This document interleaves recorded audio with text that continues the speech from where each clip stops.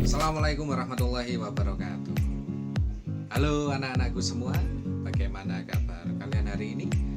Semoga tetap sehat dan kita semua selalu mendapatkan perlindungan dari Allah Subhanahu wa Ta'ala. Anak-anak, di pertemuan kali ini, di pembelajaran kali ini, kita akan mulai pembelajaran yang baru. Apa saja yang akan kita pelajari? Simak video yang sudah Pak Hari siapkan. Kemudian jangan lupa like dan komen video ini untuk absensi kalian. Selamat menyaksikan.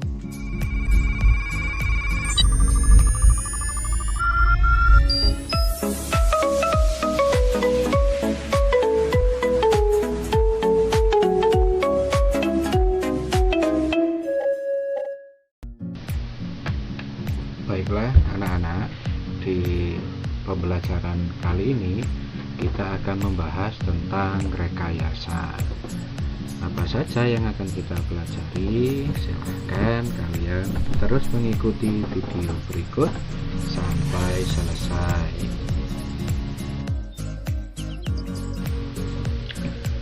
Tujuan pembelajaran kali ini adalah yang pertama, menghargai keberagaman produk TIK di daerah setempat dan Nusantara sebagai anugerah Tuhan Yang Maha Esa. Yang kedua, mengidentifikasi bahan alam, alat, teknik, dan proses pembuatan produk TIK dengan menggunakan bahan-bahan yang terdapat di daerah setempat. Yang ketiga, merancang pembuatan produk TIK dengan jujur dan penuh rasa tanggung jawab. Kemudian yang keempat dan yang terakhir, membuat, menguji, dan mempresentasikan produk TIK di daerah setempat dan daerah lain dengan disiplin dan tanggung jawab. Baiklah anak-anak, sebelum lebih jauh mengetahui tentang teknologi informasi dan komunikasi, kalian akan saya ajak untuk mengetahui tentang sejarahnya terlebih dahulu, yaitu perkembangan peradaban manusia diiringi dengan perkembangan cara penyampaian informasi yang selanjutnya dikenal dengan istilah teknologi informasi. Mulai dari gambar-gambar yang tidak bermakna di dinding gua, peletakan tonggak sejarah dalam bentuk prasasti, sampai diperkenalkannya dunia arus informasi yang dikenal dengan nama internet. Kemudian pada zaman prasejarah, teknologi informasi dan komunikasi yang dilakukan manusia berfungsi sebagai sistem untuk pengenalan bentuk-bentuk yang manusia kenal. Untuk menggambarkan informasi yang diperoleh, mereka menggambarkannya di dinding gua tentang berburu dan juga tentang binatang buruannya. Pada masa tersebut, manusia mulai mengidentifikasi benda-benda yang ada di sekitar lingkungan tempat tinggal mereka. Kemudian melukiskannya pada dinding gua tempat tinggalnya. Komunikasi manusia pada zaman ini berupa suara, dengusan, dan menggunakan isyarat tangan. Setelah itu, pada zaman sejarah mulai diciptakan dan digunakan alat-alat yang menghasilkan bunyi dan isyarat seperti gendang, trompet yang terbuat dari tanduk binatang, dan isyarat asap sebagai alat pemberi tanda peringatan terhadap adanya bahaya.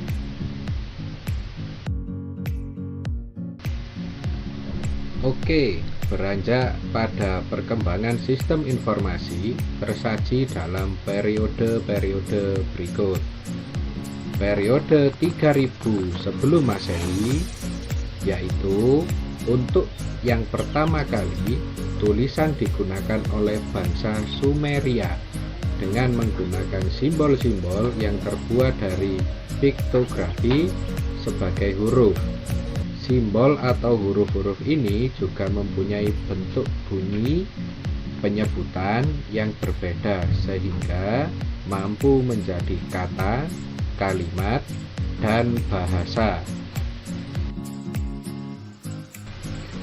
Selanjutnya, pada tahun 2900 sebelum Masehi, bangsa Mesir kuno menggunakan huruf hieroglif. Hieroglif merupakan bahasa simbol di mana setiap ungkapan diwakili oleh simbol yang berbeda. Jika simbol-simbol tersebut digabungkan menjadi satu rangkaian, akan menghasilkan sebuah arti yang berbeda. Bentuk tulisan dan bahasa hieroglif lebih maju dibandingkan dengan tulisan bahasa Sumeria. Kemudian, pada tahun 500 sebelum Masehi, manusia sudah mengenal cara membuat serat dari pohon papirus yang tumbuh di sekitar Sungai Nil. Serat papirus dapat digunakan sebagai kertas. Kertas dari serat pohon papirus menjadi media untuk menulis atau media untuk menyampaikan informasi yang lebih kuat dan fleksibel dibandingkan dengan lempengan tanah liat yang sebelumnya juga digunakan sebagai media informasi. Yang terakhir adalah tahun 105 Masehi. Pada masa ini, bangsa Cina berhasil menemukan kertas. Kertas yang ditemukan adalah kertas yang kita kenal sekarang. Kertas ini dibuat dari serat bambu yang dihaluskan, disaring, dicuci, kemudian diratakan dan dikeringkan.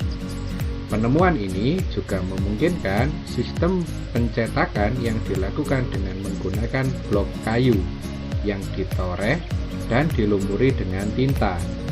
Sistem ini sekarang dikenal dengan istilah sistem cap. Baiklah anak-anak, tadi kalian sudah menyimak materi tentang sejarah, teknologi informasi, dan komunikasi. Untuk itu, tugas kali ini adalah silahkan kalian membuat tabel seperti contoh berikut. Kemudian, carilah 5 gambar alat komunikasi zaman prasejarah dan sejarah. Kemudian tuliskan nama alat komunikasi tersebut. Dan yang terakhir, fungsi alat komunikasi pada zaman tersebut. Silahkan kalian kerjakan di kertas folio atau buku prakarya kalian. Setelah itu kalian foto. Dan jangan lupa, jika sudah selesai, kirimkan pada WA grup atau WA pribadi Pak Hari.